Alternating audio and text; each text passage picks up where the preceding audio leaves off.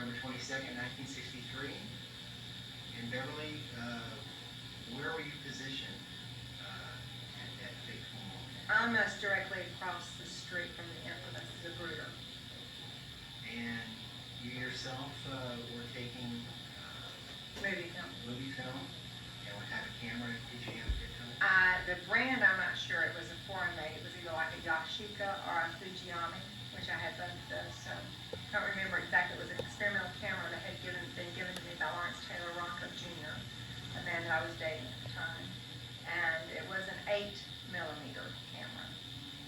And you were wearing a raincoat? Is that right? An all-weather coat, a green and white polka dotted silk dress under it, flat shoes, a headscarf, and a black wig. Did you wear the coat because it was raining over there that day? Yeah. And you also had on a dark wig, you said? Okay. And at what time did you turn on your camera? At what point? Well, I had taken pictures prior to the motorcade coming because it was the first time I had used the camera. And I took pictures like up and down the street and people around and that kind of thing. And so then as the motorcade, as the policemen on the motorcycles turned the corner, I started filming again. Had anyone tried to tell you not to stand in that area? No. I just walked right over there. But of course, you have to understand, I was an entertainer downtown at the Colony Club. I was a singer there. So all the policemen in Dallas knew me, and they were used to seeing me with red wigs and black wigs and brown wigs, and so they knew who I was. At what point, do you remember, did you first hear the first shots? Was there any definition for that, or? Well, a lot of people have asked me that, Mark, and I'm not really certain when I heard the first shot. I know that there were sounds prior to me realizing that there had been a shot fired that killed the president.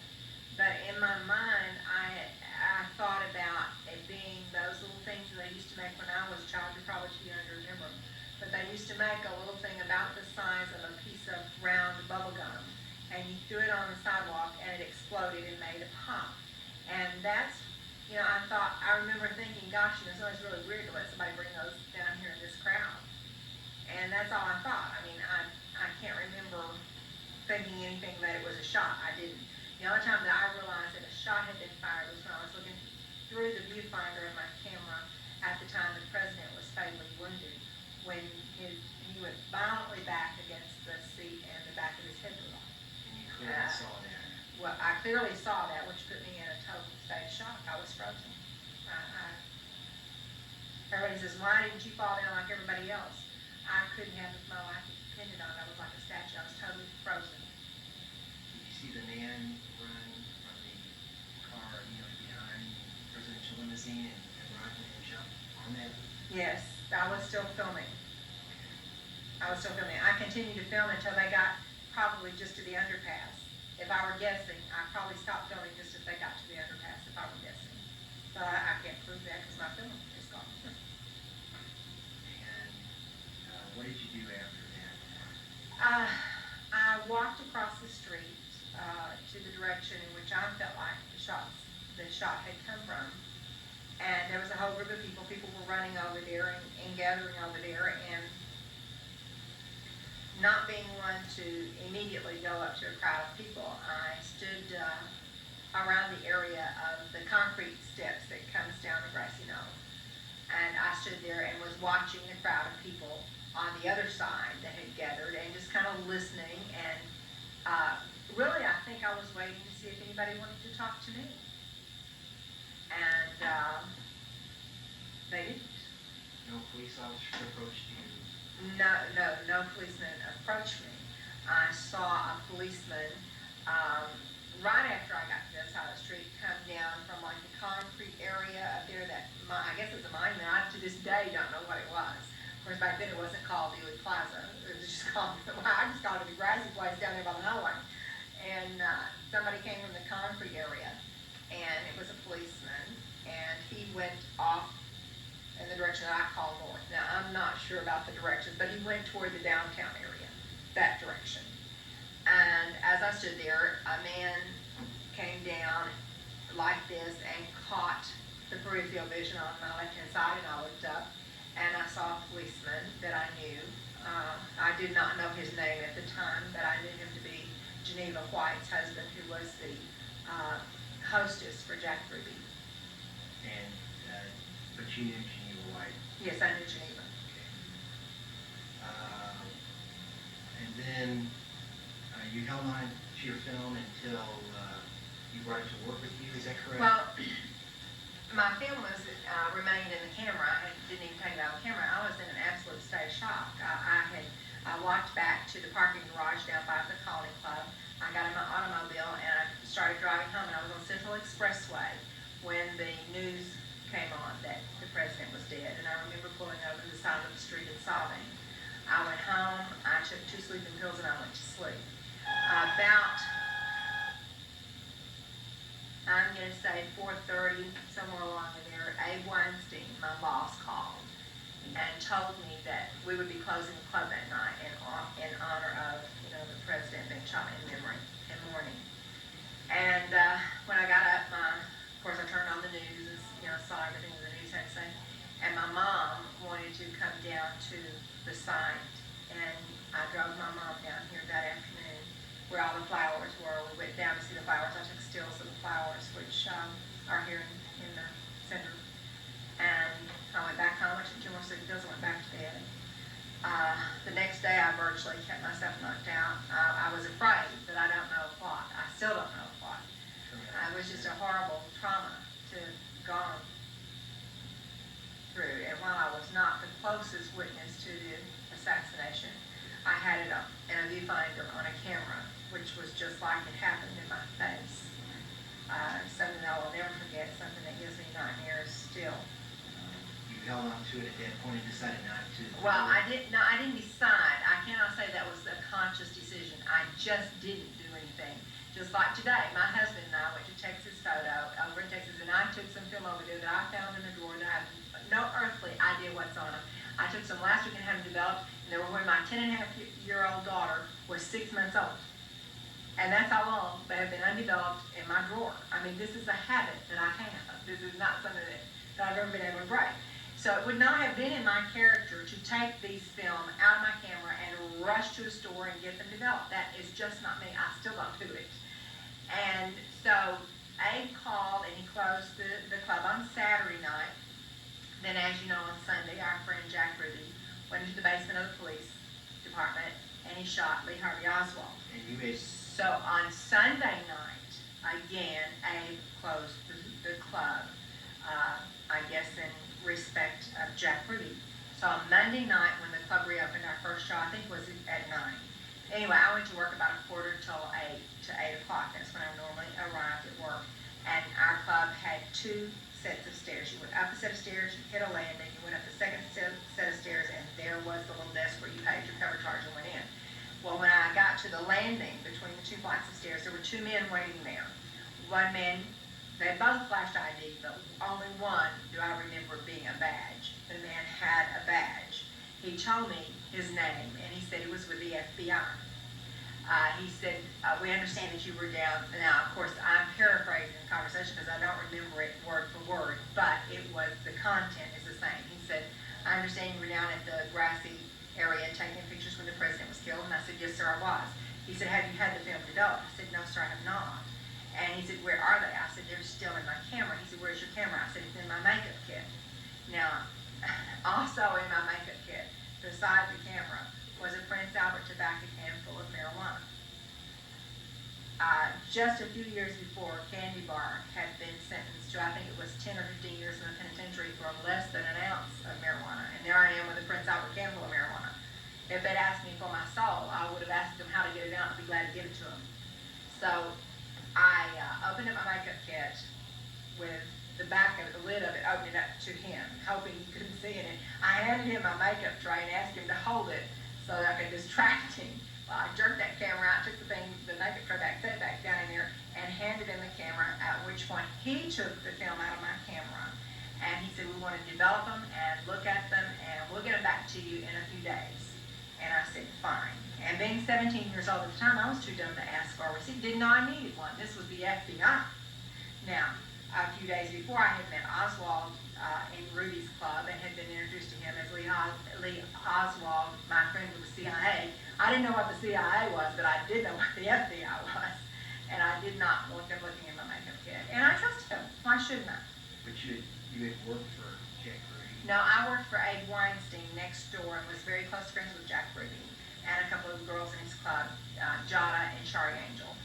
Did you ever identify anyone or both of the two men that came to take your film from you that day? In 1969, I think it was, or no, it was in 70.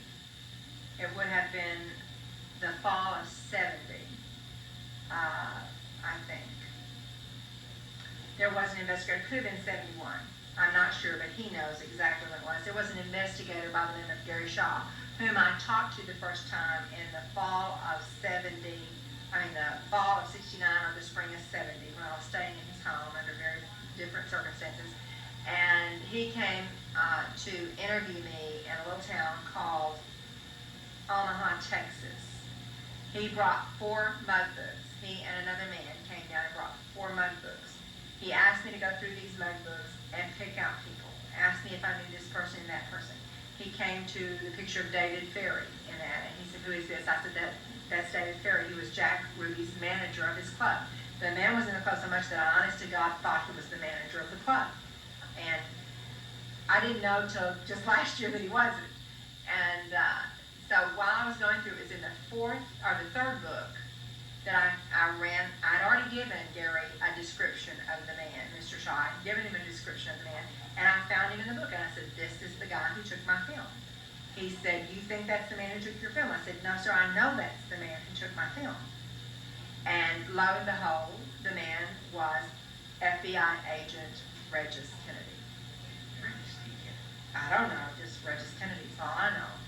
And of course, he didn't have his name underneath it. There wasn't anything on the mugs to say, this is an FBI agent, this is a policeman, this is a mobster, this is, it was just a regular mug book. At what point in time did you find out that Jack Ruby had killed Oswald? Sunday.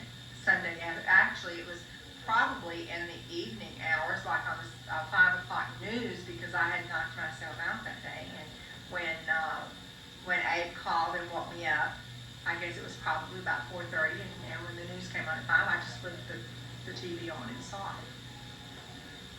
him killed. Of course, it had happened that morning, or that noon, but I had not seen it, didn't know anything about it. And did it take you any length of time to remember that you had seen? Oh no, I knew immediately when it happened that this is the man that Jack had 2 weeks to 3 weeks before introduced to me as his friend. So then it put me in total confusion to try to figure out why my friend Jack would go into the basement of the police station and shoot the man who he said was his friend. Now, I knew before, when seeing pictures of Oswald as being the accused assassin, that this was the man that I had met in the club before, but I didn't put any connection to Ruby being involved in it in any way, until he went down in the basement and killed Oswald. In your opinion, would you say that Jack Ruby was strictly just a nightclub operator, or was he more involved in money laundering or drugs or prostitution or gun running, and it's been the accusation through the years? Do we have a section that says all of the above? Yeah. Okay, I think that answers that. Is there anything that leads you to believe that Jack Ruby either worked for, had ties to, or owed any favors to organized crime? Well, I couldn't say that with surety, but he did run around with some dark characters, people that through the years was proven to be mobsters. Of course, there was rumors back in that time, but, back in early 60s, it wasn't any great big deal to be part of the mob. I ended up marrying a mobster. And were you aware that he knew quite a number of Dallas policemen? Oh, yeah. But people also make a big deal of that, okay, that he knew all the Dallas policemen, which he did. I'm going to say probably, if I had to guess and give you a guesstimation, I would say he probably knew at least 85% of the Dallas police force by first name. So when the chief of the Dallas Police came on TV and said that possibly 40 or 50 Dallas police officers knew Jack Ruby, that probably wasn't a fair assumption. Not unless we had an awful small police force back then. But then to be fair, I also have to say that those same policemen that went into Jack Ruby's club also came to the Calling Club, you know, and all of the clubs, Barney Weinstein, Abe Weinstein, they all gave free coffee to the policemen. It was good. It cut down on needing security. I mean, there were policemen in the clubs at all times. In your opinion, did Jack Ruby seem to be a shrewd businessman or someone who was off the wall, violent, rude, crude? Did he appear to be any type of a shrewd businessman, or was he someone that slapped people around, violent nature? All of the above. Yes. Now, he was never violent with me. And I know that there's rumors that he beat his girls, and I never saw him hit a woman. To me, that would be sheer stupidity. They've got to get up and take their clothes off, right? So they can't have bruises all over their body. So I don't believe he ever hit a woman. I do not believe that. And he always treated me like a lady. But I have seen him fly off the handle and hit people, you know, men in the club, people who were, he asked to leave and they wouldn't leave. Now, I know that a lot of people think that he was just a little dumb bumpkin that, you know, a little kid off the street from Chicago. But let me tell you something, Jack Ruby was dumb like a fox.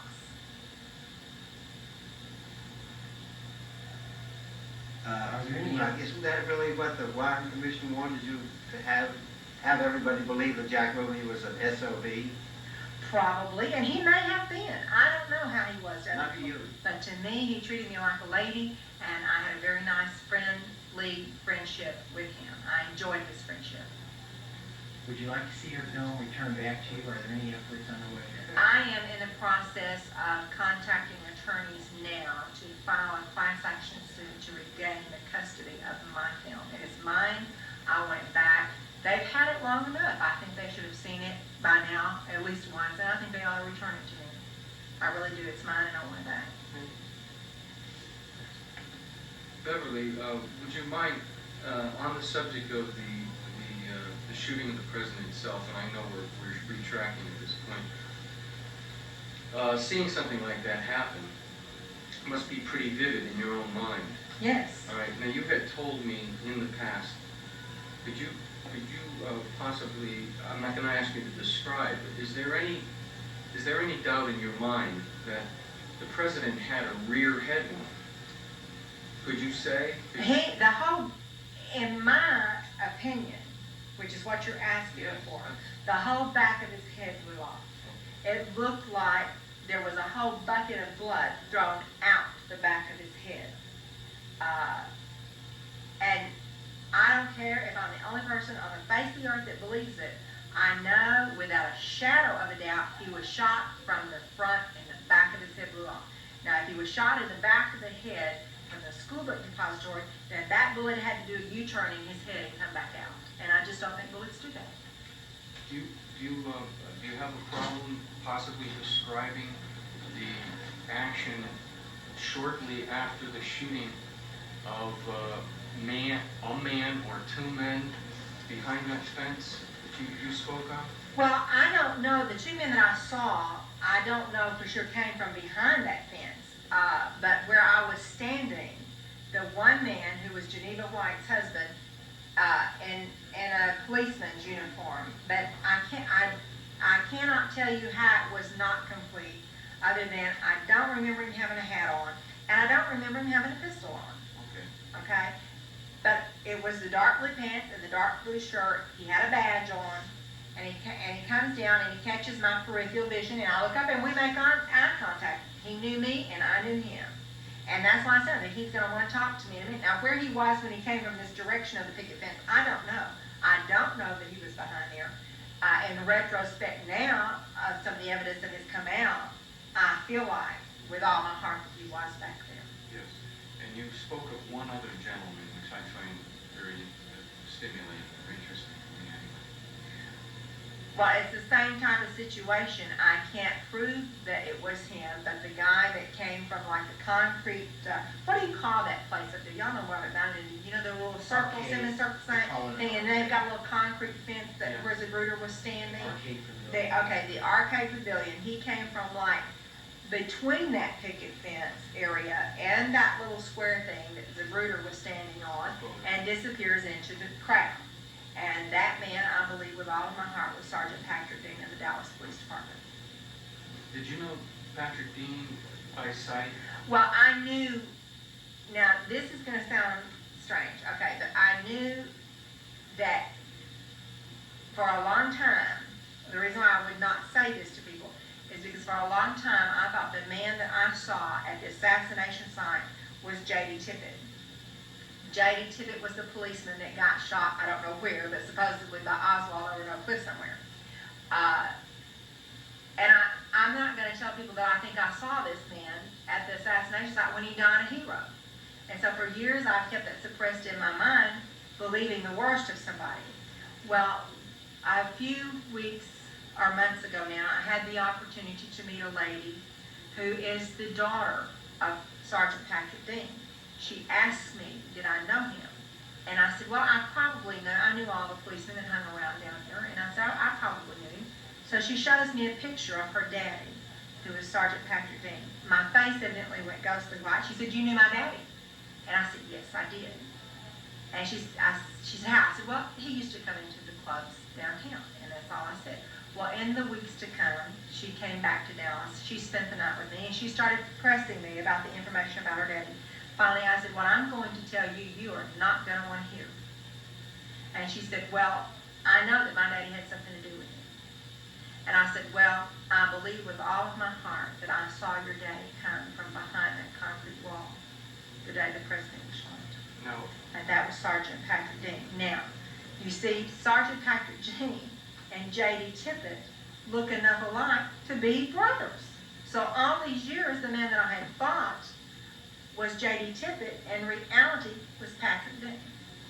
Would you care to, would you care to expound on the fact of what allegedly P.T. Dean might have done that morning? Oh, well, according to his daughter, this is first-hand information, this is not hearsay, this is something she told me.